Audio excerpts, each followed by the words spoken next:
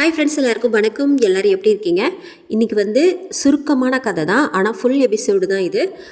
ரொம்பவும் ஷார்ட்டாக முடிஞ்சிடும். கண்டிப்பாக ஸ்கிப் பண்ணாமல் கேளுங்க.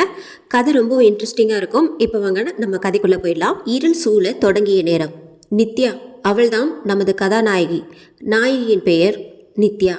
பெண்களை கண்டு பொறாமை கொள்ளும் அளவு பேரழகி. அவளின் தாய் மீனாட்சி, தந்தை முருகவேல்.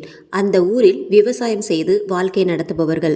மர்மங்கள் நிறைந்த அந்த கிராமத்தில் வாழும் பல குடும்பங்களில் அவளின் குடும்பமும் ஒன்று. நித்யா நல்ல உறக்கத்தில் இருந்தால். பக்கத்து அறையில் அவளின் தாயும் தந்தையும் உறங்கிக் கொண்டிருந்தனர். திடீரென்று நித்யா ஏதோ சத்தம் கேட்டு எழுந்தாள். நித்யா, நித்யா, யார் அது இந்த நேரத்தில்? ஒருவேளை அவளது தாயாக இருக்குமோ என்று நினைத்தாள். ஆனால் அது அவள் தாயின் குரல் போன்று இல்லை. புதியதாக இருந்தது. உள்ளே சற்று பயம் இருந்தாலும் வெளியே சென்று பார்க்கலாம் என்று யோசித்தாள். மனதில் தைரியத்தை வரவைத்து கொண்டு அவள் அறையின் கதவை திறந்து கொண்டு வெளியில் சென்று பார்த்தாள். ஆனால் அங்கு யாருமே இல்லை. திடீரென்று அவள் தோளில் ஒரு கை விழுந்தது. அவ்வளவுதான். வீரென்று கத்தியே விட்டாள் நித்யா. திரும்பி பார்த்த பொழுது அங்கு அவளின் தாய் நின்று கொண்டிருந்தாள். எதுக்குடி இப்படி கத்துற? இந்த நேரத்தில் இங்கே என்ன பண்ணுற? இல்லைம்மா, நான் தூங்கிட்டு இருந்தேன். அப்போ என்னை யாரோ என் பேரை சொல்லி கூப்பிட்டாங்க. நான் கதவை திறந்து பார்த்தப்போ அங்கே யாருமே இல்லை. அதான் யாரோ கூப்பிட்டு இருப்பாங்கன்னு தேடிட்டு இருக்கேன். சரிவா, நான் உன்னோடு படுத்துக்கிறேன். இன்னைக்கு நாளைக்கு காலையில் பேசிக்கலாம் சொல்லிவிட்டு நித்யாவின் பதிலை எதிர்பாராமல் நேராக நடந்து நித்யாவின் அறையை நோக்கி போனாள் அவளின் தாய் மீனாட்சி. நித்யாவும் எதையும் யோசிக்காமல் தாயின் பின்னே சென்று படுத்து கொண்டாள். ஆனால் நித்யாவிற்கு உறக்கம் வரவில்லை. அது யாருடைய குரலாக இருக்கும் என்று இரவு முழுவதும் யோசித்து கொண்டே இருந்தாள். அப்படியே உறங்கியும் போனாள். பொழுது விடிந்தது. கண் விழித்த நித்யா தன் அருகில் தன் தாய் இல்லாததை கண்டாள். காலை பணிகளை முடிக்க தாய் நேரத்தோடு எழுந்து சென்றிருப்பாள் என்று நினைத்து கொண்டு தானும் எழுந்து குளியலறை நோக்கி சென்றாள். காலை கடன்களை முடித்துவிட்டு குளித்துவிட்டு தன் தாய்க்கு உதவி செய்ய சமையலறை நோக்கி சென்றாள் நித்யா. என்ன நித்யா, இவ்வளோ நேரமா எந்திரிக்க? பொம்பளை பிள்ளை இவ்வளோ நேரம் தூங்குனா வீடு விளங்குன மாதிரி தான். அம்மா, ராத்திரி சரியான தூக்கம் இல்லைம்மா. அந்த குரல் யாருடையதுன்னு ராத்திரி முழுக்க யோசிச்சுட்டே இருந்தேன். விடிஞ்சுதான் தூங்கினம்மா. குரலா? யாரோட குரல்? என்ன சொல்ற நித்யா? என்னம்மா, ஒண்ணுமே தெரியாத மாதிரி கேள்வி கேட்குற? என்னடி உளர்ற? நீ என்ன பேசுற? எதை பத்தி பேசுறேன்னு எனக்கு புரியல. இதுல எனக்கு தெரியும்னு வேற சொல்ற. நித்யா நேற்று இரவு நடந்ததில் தொடங்கி மீனாட்சி தன்னோடு துணைக்கு வந்தது வரை சொல்லி முடித்தாள். நித்யா சொன்ன அனைத்தையும் கேட்டு மீனாட்சி அதிர்ந்து போனாள். என்னடி உளர்ற? நான் உன்னோடு படுத்தேனா? ஏதாச்சும் கனவு கண்டியா? என்னம்மா சொல்ற? நான் பயந்து போய் அறைக்கு வெளியே தனியா நின்றுட்டு இருந்தப்போ நீ தானே என்னை கூப்பிட்டு அது மட்டும் இல்லாம என்னோட துணைக்கு படுத்துக்கிறேன்னு சொன்ன. இரவு முழுக்க என்னோட தானே கட்டில்ல படுத்துட்டு இருந்த. நான் அசதியில எப்போ தூங்கினேன்னு தெரியல. நீ தான் சீக்கிரமா எழுந்து வேலை பார்க்க வந்துட்ட. என்னடி சொல்ற? நான் உன் அறைக்கு வரவே இல்லையே. காலையில் எழுந்து குளிச்சுட்டு நேரா சமையல் கட்டுக்கு தான் வந்தேன். இப்போதான் உன்னையே பார்க்கறேன். நித்யா பயத்தில் உறைந்து போனாள். என்னது? அப்போ இரவு முழுக்க என்னோட அறையில இருந்தது யாரு? நித்யா பயத்தில் உறைந்து போய் நிற்க அவளின் பயந்த கண்களை குரூரமாக பார்த்து சிரித்து கொண்டிருந்தது அந்த வீட்டின் ஹாலின் ஓரத்தில் நின்று ஒரு கருமையான உருவம். குழப்பத்தில் செல்லும் நித்யாவை நோக்கி, நான் வந்ததே உனக்காகத்தான் நித்யா என்றது அந்த கருப்பு உருவம். ஆனால் அந்த உருவம் சொன்னது மற்ற யாருக்குமே கேட்கவில்லை. நித்யா குழப்பத்தோடு தன் அறைக்கு சென்றாள். இரவு நடந்ததையே நினைத்து யோசித்துக் கொண்டிருந்தாள். நான் அந்த குரலை கேட்டேனே, அம்மா என்னுடன் படுக்கவில்லை என்றால் அப்பொழுது என் கூட தூங்கியது யாரு? நித்யா குழம்பி போனாள். இவ்வாறு அன்றைய பொழுது கடந்தது. மாலை சூரியன் மறைந்து இருள் சூழ ஆரம்பித்தது. மீனாட்சி இரவு உணவை தயார் செய்து கொண்டிருந்தாள். முருகவேல் வயலில் வேலையை முடித்துவிட்டு வீட்டிற்கு வந்தார். தோட்டத்துக்கு சென்று கை கால்களை கழுவி கொண்டு உள்ளே ஹாலில் அமர்ந்தார். மீனாட்சி அவருக்கு சூடாக காஃபி போட்டு கொண்டு வந்தார். முருகவேல், என்ன மீனாட்சி, ஏன் ஒரு மாதிரியா இருக்க? ஏங்க, நம்ம ஒரு தடவை நம்ம குலதெய்வ கோவிலுக்கு போயிட்டு வந்துடலாமா? மனசு என்னவோ போல இருக்கு. முருகவேல், என்ன மீனாட்சி, என்னாச்சு திடீர்னு? எதுக்கு குலதெய்வ கோயிலுக்கு போகணும்? நேத்து நித்யாவை யாரோ கூப்பிட்ட மாதிரி இருந்துச்சாங்க. என்னென்னமோ சொல்றான். எனக்கு என்னமோ ரொம்ப பயமா இருக்குங்க என்று ஆரம்பித்து காலை நித்யா சொன்ன அனைத்தையும் சொல்லி முடித்தாள். என்ன சொல்ற மீனாட்சி? அப்படின்னா ஒரு வேளை அது என்று யோசித்த முருகவேலை மிரட்சி மாறாத கண்ணோடு பார்த்தாள் மீனாட்சி. நானும் அப்படித்தாங்க நினைக்கிறேன். நித்யாக்கும் இப்ப 20 வயசு முடிய போகுது. சரியாக அந்த சாமி சொன்ன மாதிரியே இப்போ நித்யா சொல்றா, நம்ம ஒரு தடவை குலதெய்வம் கோயிலுக்கு போயிட்டு பொங்கல் வச்சுட்டு அப்படியே அந்த சாமியையும் பார்த்துட்டு வரலாங்க. சரி மீனாட்சி, போகலாம். எனக்கும் இப்போ அந்த சாமியை பார்க்கணுன்னு தான் தோணுது. சரின்னு படுதோ. சரி, மேற்கொண்டு என்ன செய்யலான்னு அவர்கிட்டயே போய் கேட்போம். நான் நாளைக்கு காலையில் போயிட்டு கோவில் பூஜைக்கு தேவையானதெல்லாம் வாங்கிட்டு வந்துடுறேன். நீயும் நித்யாவும் தயாராகிடுங்க. சாப்பிட்டதும் அவகிட்டையும் கோவிலுக்கு போகிறத பற்றி சொல்லிடு. சரிங்க, நான் சொல்லிடுறேன். இவ்வாறு இவர்கள் பேசி கொண்டிருக்க, என்ன மீனாட்சி, கோவிலுக்கு போய் என்னை விரட்டிடலான்னு நினைக்கிறியா? நீ எப்படி நித்யாவை கூட்டிட்டு கோவிலுக்கு போறேன்னு நானும் பார்க்குறேன் என்றபடியே ஓரத்தில் நின்றிருந்த கருத்த உருவம் இவர்களை பார்த்து ஏளனத்தோடு சிரித்தது. இரவானது. அனைவரும் சாப்பிட்டு கொண்டிருந்தனர். அப்பொழுது முருகவேல் மீனாட்சியை பார்த்து கண்ணாசிக்க மீனாட்சி பேச ஆரம்பித்தாள். அம்மாடி நித்யா, நாளைக்கு காலையில் நம்ம எல்லாரும் நம்ம குலதெய்வக்கு கோவிலுக்கு போகிறோம். சீக்கிரமாக எழுந்து ரெடி ஆகிடுமா? என்னம்மா திடீர்னு கோவிலுக்கு? மீனாட்சி, அது ஒன்றும் இல்லைம்மா, நம்ம குலதெய்வ கோவிலுக்கு போய் ரொம்ப நாள் ஆச்சுல, அதான் கோவிலுக்கு போயிட்டு பொங்கல் வச்சுட்டு சாமி கும்பிட்டு வரலாம்னு நானும் அப்பாவும் முடிவு பண்ணியிருக்கோம்மா.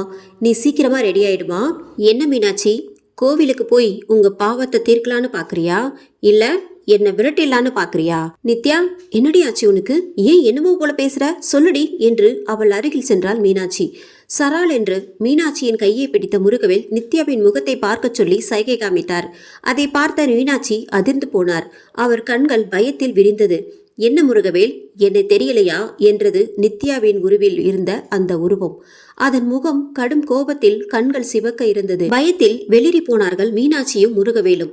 மீனாட்சி, இல்ல, நான் அவளை கோவிலுக்கு கூட்டிட்டு போவேன். அவ என் பொண்ணு, அவளை என்னிடம் கொடுத்துடு என்று கை கூப்பி அழுதாள் மீனாட்சி. அதற்கு அந்த உருவமோ, உன் பொண்ணா? அவ என்னோட பொண்ணு. உன் புருஷன்கிட்ட கேளு, அவ யார் பொண்ணுன்னு அவ சொல்லுவான். அதை கேட்டதும் மீனாட்சிக்கு தலை சுற்றுவது போல இருந்தது. முருகவேலோ செய்வதறியாது போல் நின்றார். இவ்வாறு கூறிவிட்டு அந்த கருப்பு உருவம் மறைந்து போனது. மீனாட்சி, என்னங்க, அந்த உருவம் யாரு? அது என்ன சொல்லுது? நித்யா நம்ம பொண்ணு இல்லைன்னு சொல்லுது. யார் அந்த உருவம்? உங்களுக்கு எல்லாம் தெரியும்னு வேற சொல்லுதே. எனக்கு பதில் சொல்லுங்க. முருகவேல் என்ன சொல்வதென்று தெரியாமல் திகைத்து போய் நின்றார். என்னங்க, நான் கேட்டுக்கிட்டே இருக்கேன், நீங்க வெறித்து பார்த்துக்கிட்டே இருக்கீங்க. நித்யா நம்ம பொண்ணு தானே, சொல்லுங்க. முருகவேல், இல்லை மீனாட்சி, நித்யா நம்ம பொண்ணு இல்லை. என்னங்க, என்ன சொல்றீங்க? நித்யா நம்ம பொண்ணு இல்லையா? அப்போ நித்யா யாரு? நம்மளை பின்தொடர்ற அந்த உருவம் யாரு? முருகவேல், ஆமா மீனாட்சி, நித்யா கற்பகத்தோட பொண்ணு. உனக்கு பிரசவத்துக்காக ஹாஸ்பிட்டல்ல சேர்த்திருந்தோம். அதே ஹாஸ்பிட்டல்ல கற்பகமும் சேர்ந்திருந்தா. பிரசவத்துக்காக சேர்ந்திருந்தாங்க. அப்போ உனக்கு பிறந்த குழந்தை இறந்தே பிறந்துச்சு. உனக்கு ஏற்கனவே 2 தடவை குழந்தை பிறந்து இறந்து போச்சு. இதை சொன்னா உனக்கு என்ன ஆகும்னு அழுதுட்டு நின்றுட்டு இருந்தேன். அப்போதான் பக்கத்துல இருக்கிற அறையில கற்பகத்துக்கு பிரசவமாகி பெண் குழந்தை பிறந்துச்சு. ஆனால் கொஞ்ச நேரத்திலேயே கற்பகம் ஜன்னி வந்து இறந்து போயிட்டதா அந்த சிஸ்டர் சொன்னாங்க. அவளுக்கு உறவுன்னு யாருமே இல்லை போல. அவளுக்காக யாருமே அங்கே இல்லை. அப்போதான் எனக்கு ஒரு யோசனை தோணுச்சு. அந்த நர்ஸ் கிட்ட கெஞ்சி அந்த குழந்தைய உன்கிட்ட வச்சுட்டு நம்ம குழந்தைய கற்பக கிட்ட வச்சுட்டு வந்துட்டேன். அதுக்கப்புறம் நித்யா நம்ம பொண்ணா வளர்ந்தா. நீயும் குழந்தை நல்லபடியா பிறந்த சந்தோஷத்துல உயிர் பொழைச்சிட்ட. நம்ம நித்யாவுக்கு ஒரு 2 வயசு இருக்கும். அவளை நீ தூங்க வச்சுட்டு அடுப்படியில வேலை பார்த்துட்டு இருந்த. அப்போ நான் களத்து மேட்ல இருந்து வீட்டுக்கு வந்து கை கால் கழுவிட்டு குழந்தைய பார்க்க உள்ள போனேன். அப்போ குழந்தை பக்கத்துல ஒரு கருத்த உருவம் நின்றுட்டு இருந்துச்சு. அது என்னை பார்த்ததும் நித்யாவை கை காட்டி ஏதோ சைகை பண்ணுச்சு. எனக்கு பயத்தில் உடனே உறைந்து போயிடுச்சு. மறுநாளே உன்கிட்ட டவுனுக்கு போறேன்னு சொல்லிட்டு நம்ம ஊர் சித்தர்கிட்ட போனேன். அப்போ அவர் சொன்ன விஷயம் எனக்கு உடம்பெல்லாம் வியர்த்து போச்சு. வாப்பா முருகவேல், பயத்துல வந்து இருக்க போல. முடிஞ்சு போச்சுன்னு நினைச்ச உறவு திரும்பவும் தொடருதா? அந்த கற்பகம் அவ பொண்ணை தேடி வந்துட்டாளா? இதை கேட்ட முருகவேல் ஆடி போனார். என்ன சாமி சொல்றீங்க? அந்த உருவம் கற்பகமா? அது எதுக்கு எங்களை தேடி வந்து இருக்கு? நாங்க நித்யாவை எங்க பொண்ணா தானே பார்க்குறோம். இப்போ எதுக்கு என்று முருகவேல் தடுமாறினார். நீ நித்யாவை உன்னோட பொண்ணா பார்த்தாலும் அவ அந்த கற்பகத்தோட பொண்ணு. குழந்தை பிறந்த மறுகணமே அதை பிரிந்த ஏக்கத்தில் அவளின் ஆன்மா அதை தேடி அலைந்து கொண்டிருந்தது. அந்த குழந்தை உன்னிடம் உள்ளதை பார்த்த அவள் உன்னை பின்தொடர்ந்தாள். ஆனால் அவள் வந்தது அவளுடைய மகளுக்காக மட்டும் இல்லை, அவளுடைய இறப்பிற்கு காரணமானவனை பழி தீர்க்கவும் தான். அது அவளின் மகளின் மூலமாகவே நிறைவேறும். இவ்வாறு சித்தர் சொல்லி முடிக்க முருகவேலின் முகம் இருண்டு போனதை சித்தரும் கவனிக்க தவறவில்லை. சாமி, என்ன சொல்றீங்க? தன் சாவிற்கு காரணமானவங்களை பழி தீர்க்க வந்திருக்கா. ஆனால் அவள் குழந்தை பிறந்ததும் ஜன்னி வச்சு இறந்து விட்டதா தானே அந்த சிஸ்டர் சொன்னாங்க. இல்ல, அவள் கொலை செய்யப்பட்டாள். நித்யாவின் 20வது வயதில் அவளின் தாயின் தரிசனம் பெறுவாள். பழி தீர்ப்பாள். அதுவரை யாருக்கும் எந்த பாதிப்பும் வராது. இதுதான் விதி. இவ்வாறு நடந்ததை முருகவேல் மீனாட்சியிடம் சொல்லி முடித்தார். மீனாட்சி, அந்த சிஸ்டர் கற்பகம் ஜன்னி வச்சு இருந்துட்டதா தானே சொன்னாங்க. ஆனால் அந்த சித்தர் சொன்னதை வச்சு பார்த்தா அவளை கொலைதான் பண்ணியிருக்காங்க. அப்போ அந்த சிஸ்டருக்கும் கற்பக கொலைக்கும் கண்டிப்பா ஏதோ சம்மந்தம் இருக்குன்னு நினைக்கிறேன். நானும் அப்படித்தான் நினைக்கிறேன் மீனாட்சி. அந்த சிஸ்டர் கற்பகம் ஜன்னி வந்து செத்துட்டேன்னு எதுக்கு பொய் சொல்லணும்? எப்படியாச்சும் கற்பகம் சாவிற்கு காரணமானவங்களை கண்டுபிடிக்கணும். கண்டுபிடிச்சு நாம் அவளுக்கு உதவணும். இவ்வாறு அவர்கள் பேசி கொண்டிருக்க அவர்கள் பின்னால் திடீரென்று ஒரு குரல் கேட்டது. மீனாட்சியும் முருகவேலும் திரும்பி பார்க்க அங்கே கற்பகம் நின்றிருந்தாள். ஆனால் இப்பொழுது அவருடைய சுய உருவத்தில். என்னை மன்னிச்சிடுங்க, என்னை கொலை பண்ணி நான் என் மகளை பிரிய காரணமாக இருந்தவர்களை பழிவாங்கத்தான் இங்கு வந்தேன். அப்போ என்னோட பொண்ணு உங்ககிட்ட இருக்கிறத பார்த்தேன். அதனால் நீங்க தான் என்னை கொன்னுட்டு என் குழந்தைய தூக்கிட்டு வந்துட்டீங்கன்னு தப்பா நடிச்சுதான் உங்களை பழிவாங்க ரொம்ப கஷ்டப்படுத்திட்டேன். ஆனால் நீங்க பேசிக்கிட்டதை கேட்டதும் என்னோட தவறு புரிஞ்சுது. என்னோட மனைவியோட உசுரை காப்பாத்த தான் அன்னைக்கு நான் குழந்தைய மாத்தினேன். ஆனால் நீ கொலை செய்யப்பட்டது எனக்கு தெரியாது. எப்படியாச்சும் உன் சாவிற்கு காரணமானவங்களை கண்டுபிடிக்க நான் உனக்கு உதவி பண்றேன். ஆனால் என் மகளை எங்ககிட்ட இருந்து பிரிச்சிடாத. கற்பகம், இல்லை, அவள் உங்கள் மகள், உங்களிடமே வளர்வாள். என்னுடைய வேலை முடிந்ததும் நான் இந்த பூமியை விட்டு போய்விடுவேன். மறுநாள் முதல் வேலையாக முருகவேல் அந்த ஹாஸ்பிட்டலில் இருந்த சிஸ்டரை பார்க்க சென்றார். சிஸ்டர், 20 வருஷத்துக்கு முன்னாடி இங்க இருந்து போன கற்பகம் பத்தி எனக்கு தெரியணும். கற்பகம் பத்தியா? அதெல்லாம் எனக்கு ஒன்றும் தெரியாது, நீங்க கிளம்புங்க சொல்லிவிட்டு அந்த சிஸ்டர் பதட்டத்துடன் உள்ளே சென்று விட்டார். ஏதோ சரியில்லை. கற்பகம் பத்தி கேட்டதுமே அந்த சிஸ்டர் ஏன் இவ்வளவு பதட்டமாகறாங்க? அப்போ அவங்களுக்கு ஏதோ உண்மை தெரிஞ்சிருக்கு. கற்பகம் சாவை பற்றி ஏதோ தெரிஞ்சிருக்கு. அவங்களை பின்தொடர்ந்தால் கண்டிப்பா ஏதாச்சும் தகவல் கிடைக்கும். சிஸ்டர் யாருக்கோ அவசரமாக போன் செய்தார். சார், ரொம்ப அவசரம். அந்த முருகவேல் திடீர்னு கற்பகம் பத்தி தெரியணும்னு சொல்லி வந்து கேட்கிறாரு. நான் உடனே உங்களை பார்க்க வரேன், நீங்களும் அங்க வந்துடுங்க. முருகவேல் அந்த சிஸ்டரை பின்தொடர்ந்து சென்றார். கூடவே கற்பகமும் சென்றார். சிஸ்டர் சென்ற ஆட்டோ ஒரு வீட்டினுள் நுழைந்தது. சிஸ்டர் உள்ளே சென்றதும் முருகவேலும் கற்பகமும் பின்னாலே சென்று ஒரு இடத்தில் ஒளிந்து அவர்கள் பேசுவதை கேட்டுக்கொண்டிருந்தனர். அந்த சிஸ்டர் நேராக உள்ளே சென்றார். அந்த அறை ஒரு லேப் போல் இருந்தது. அங்கு இருந்தவர் கற்பகத்திற்கு பிரசவம் பார்த்த மருத்துவர் ராமநாதன் தான். அவரை கண்டதும் முருகவேலும் கற்பகமும் அதிர்ந்தனர். பின்னர் அமைதியாக அவர்கள் பேசுவதை முருகவேல் தன்னுடைய மொபைலில் படம் பிடிக்க ஆரம்பித்தார். ராமநாதன், என்னாச்சு சிஸ்டர்? இத்தனை வருஷத்துக்கு அப்புறம் அந்த முருகவேல் எதுக்கு கற்பகத்தை பற்றி கேட்கணும்? ஏதோ தப்பா இருக்கிற மாதிரி தெரியுது. அதான் சார், எனக்கு ஒன்றும் புரியல. அன்னைக்கு ஏதோ என்னோட குடும்ப சூழ்நிலையால தான் நீங்க கொடுத்த ஆராய்ச்சி மருந்தை கற்பகத்திற்கு செலுத்தினேன். ஆனால் மருந்து வீரியத்தால் கற்பகம் இறந்து விட்டாள். அவளுக்கு யாரும் இல்லைன்னு அதை அப்படியே மறைச்சிட்டோம். ஆனால் இப்ப திரும்ப அவளை பத்தி கேட்டு வராங்க. எனக்கு பயமா இருக்கு சார். அதெல்லாம் ஒன்றும் ஆகாது சிஸ்டர், நீங்க பயப்படாதீங்க. அந்த கற்பகத்திற்கு யாரும் இல்லைன்னு நல்லா விசாரிச்ச அப்புறம்தான் நான் அந்த ஆராய்ச்சி மருந்தை அவளுக்கு செலுத்த முடிவு பண்ணினேன். நீங்க தேவையில்லாம பயந்து என்னையும் மாட்டி விட்டுறாதீங்க. நீங்க இப்போ கிளம்புங்க, தேவைப்பட்டா நானே கூப்பிடுறேன் சொல்லிவிட்டு ராமநாதன் சிஸ்டரை அழைத்து கொண்டு கிளம்பினார். முருகவேலும் அவர்கள் கிளம்பியதும் பின்னாலேயே பைக்கில் சென்றார்.